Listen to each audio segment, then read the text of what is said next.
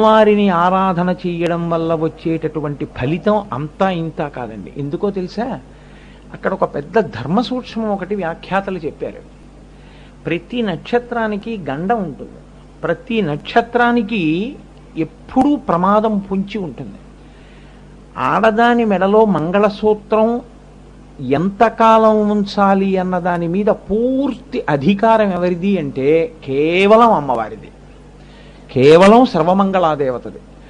ఆవిడ అనుగ్రహం కాని ఉందో, ఆవిడ్ని కాని ఆడది స్మరిస్తూ ఉన్నదో, తెల్లవారి లేవగానే అమ్మవారి పూజలో భార్య నిమగ్నమై ఉందనుకోండి, నిద్ర లేస్తూనే మంగళసూత్రాలని కళ్ళకద్దుకుంటారు. అందుకే సర్వమంగళ మాంగళ్యే శివే సర్వార్థ సాధికే శరణ్యే త్రయంబకే దేవి నారాయణి నమోస్తుతే అని లేస్తారు. మంగళసూత్రాలు కళ్ళకద్దుకుని ఆడది నిద్ర